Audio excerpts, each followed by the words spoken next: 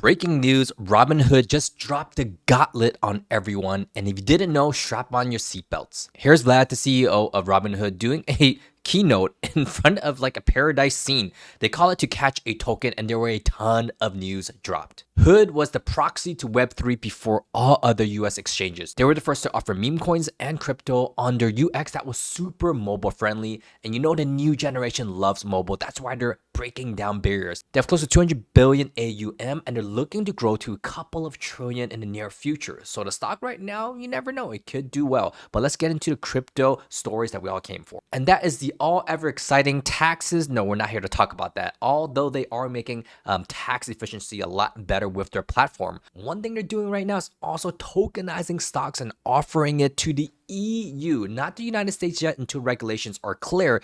But you can get in on SpaceX, which no one has been able to do unless they go through proxy companies. They also just announced staking on Ethereum and Solana, but here is the biggest news of it all. They are launching the Robinhood chain. It's an L2 on Arbitrum. Here's the TLDR. Phase 1, US stocks get minted into tokens and allowed to trade in Europe. Not 24/7, 24/5, but we're kind of getting there. Phase 2 is to move into 24/7, utilizing Bitstamp to tokenize these over the weekend. And phase 3, which is the craziest of all, is to allow your stocks, which are tokens right now, to be extracted from your wallet or transferred out and utilized within the world of DeFi. So TradFi just got into DeFi, which is going to be insane. One last thing I forgot to mention, they're also launching Perps, which is futures trading, something that everyone loves to do in the world of Web3.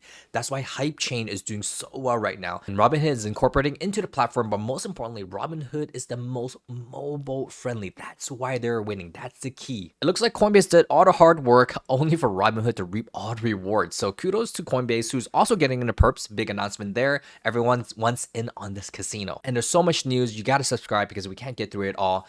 This is even bigger than Robinhood, in my opinion. Fannie Mae and Freddie Mac is going to allow borrowers to use Bitcoin and crypto assets in mortgage applications. That is huge because allowing assets to be considered for a mortgage means you don't have to cash them out and not have tax implications. This will unlock a ton of liquidity for individuals who have some of their assets or a lot of their assets locked up in crypto and they couldn't utilize in the real world. Perfect timing because the housing market is in a slump. There's not enough people that can afford houses. Maybe this will loosen the belt a little bit. And of course, they're not going to be incorporating Fartcoin as part of the mortgage application process just yet. They will soon because VCs hold a ton of Fartcoin. In more serious news, the good news doesn't stop coming. Rex Osprey is offering a Solana ETF that mirrors staking. So it'll track the price of Solana while staking. So you can have exposure to staked Solana. Why would anyone buy regular Solana after this?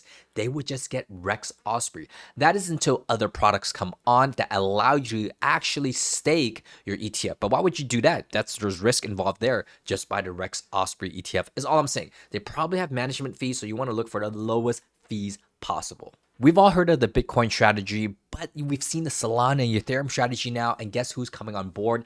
Binance. Big Chinese chip manufacturer is leading a $500 million convertible note sale to fund Binance Smart Chain Treasury. Because the Bitcoin strategy has worked so well, it's going over to different chains. And in the TradFi businesses, like the Spanish chain Vanadi Coffee, that's creating a €1 billion Bitcoin plan because their business is not doing so well.